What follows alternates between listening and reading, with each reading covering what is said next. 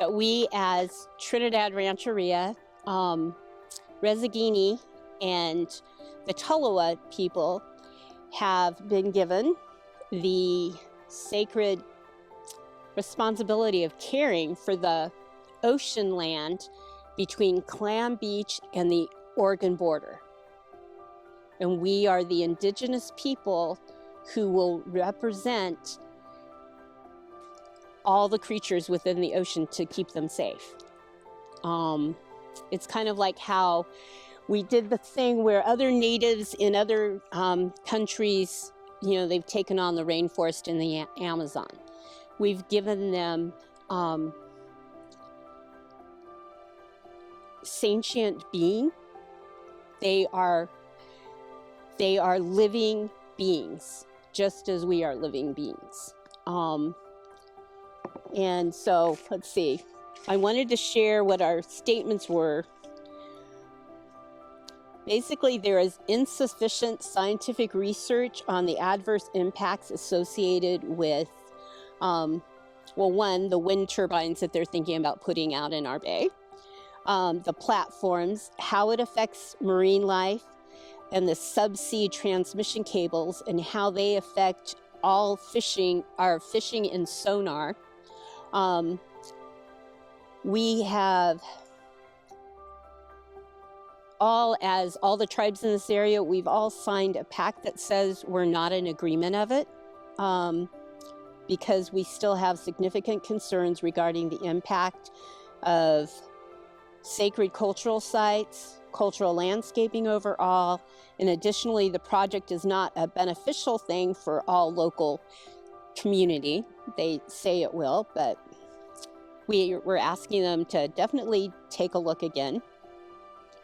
We're not willing to sacrifice our cultural and marine resources for the benefit of more energy to use when it's not safe. It's been known to turn off the sonar in porpoises. Whales are going different directions. It's been known to kill a lot of the fish. They have,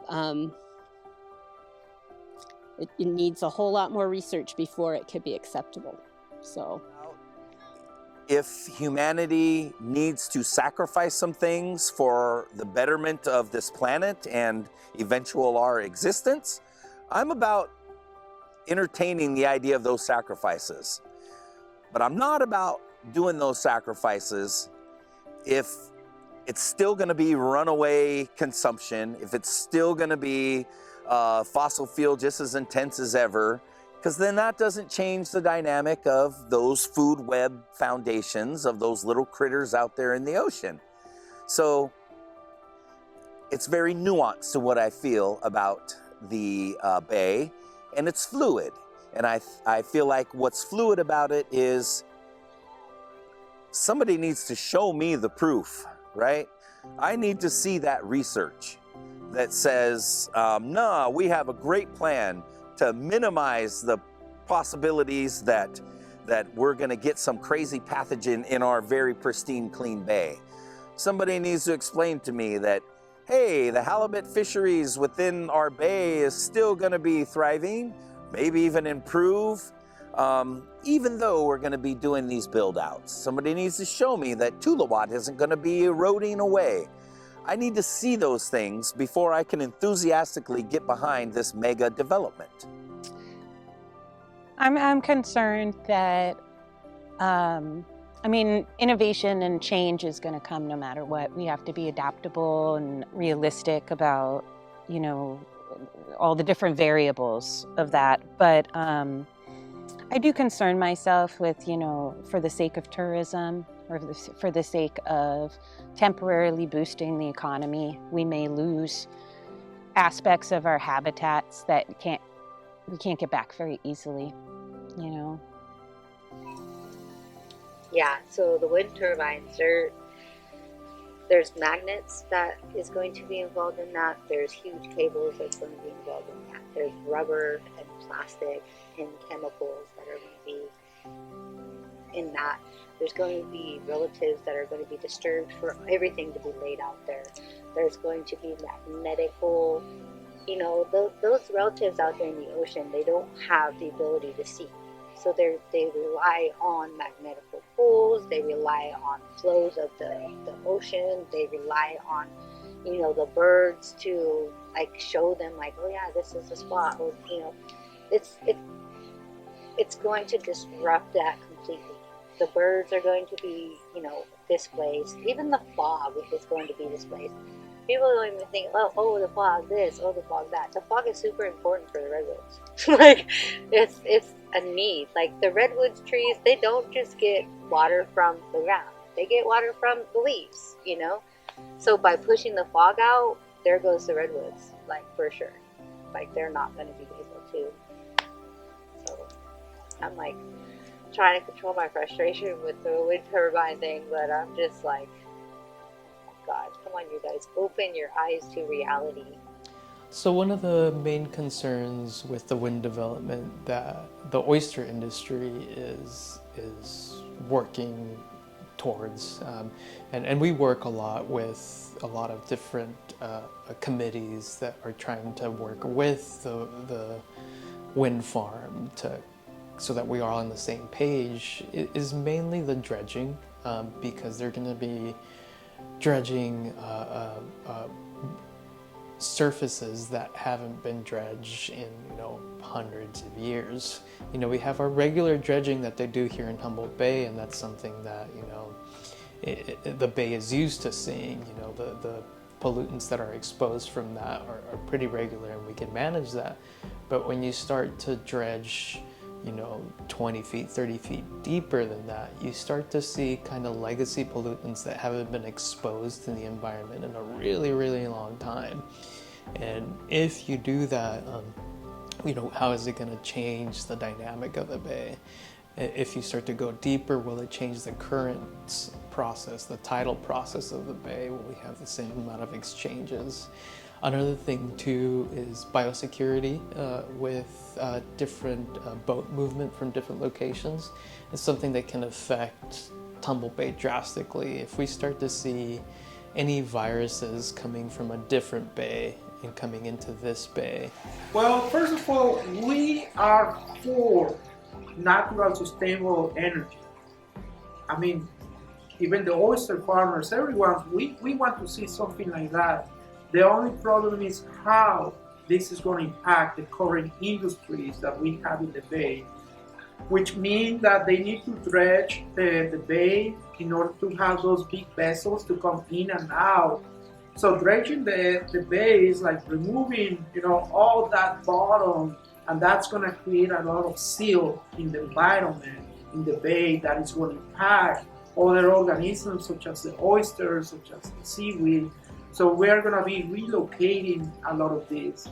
There is a concern about all the painting or the sprays that they do on these big structures. How they're going to be able to control and how much of that chemical is going to run off into the bay, and what will be the impact on the species that we have in the bay. So there is all these unknowns that there is some concern. So I think right now, like I said, the idea is great, everyone is for, but the how to do it, that's the concerning part. And it's we realize it's too early for these companies to tell us how are they going to be doing, because they don't know like the specific of a lot of our questions. How are you feeling as a business owner for the city? Not great.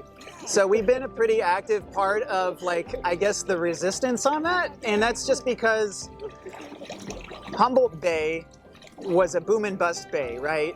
I mean, it started out this beautiful bay, and then logging came in and just really messed it up. They dumped a lot of really bad stuff in the bay. Yeah. And then it's been 30 years and our bay is finally healthy again. And now they just want to put a big industry right back in it. It's like, come on, you guys, don't be so opportunistic. But short-sighted, we are worried about the industrial aspect of it. I'm primarily concerned about unlocking legacy pollutants. So there's bad pollutants from Humboldt Bay, from the logging industry, that are right now about 20 to 25 feet under the sediment. So they're safely capped there, where they just leave them there for. There's not too many ways to like get rid of that, and that capping is an effective way of not letting it be a thing. Disturbing the dredging. Well, they need to dig 60 feet down just to put these big platforms in the water. So it's like So they don't know how far down they are, or they tap into it. that's what we're worried about. How long does this stuff grow? I have a lot of concerns with it. You just think about electricity. Electricity and water don't match. They don't mix. They're bad. And already when you have power lines up here, if you own property near those power lines or whatever, so close to them, like everything's dead, and it's just bad for us. So you're gonna put it in the water and everything around it is gonna die. And it shouldn't be there. And here, why, if we're so far advanced in technology, why are we trying to consume more power? That power isn't gonna be for here. It's gonna be for down south. Now, why are they trying to get so much power? Like, we should be figuring out how to use less power instead of more power. And I think the whole thing with the electric cars, like they take up way more power than it does for a regular car to run. They have so much more technology, and they're just, I don't know the words to express the rest of what I need to say, but. Sure. Well, it's driven, right, by the same sense of extractivism, right? So it doesn't really matter if we change from oil to electricity, it's still the same value system that's driving it. Well, I'm sorry, but it's still the same people that are extracting all of this stuff and doing all this stuff. They're not the ones living here. They're living off somewhere else where it's great. They're eating a different diet that's great because they know all this stuff, but they're doing that to us. And we're allowing them to do that to us. For what? For money? Mm-hmm. We can't eat money. Mm-hmm. Oh, that's great.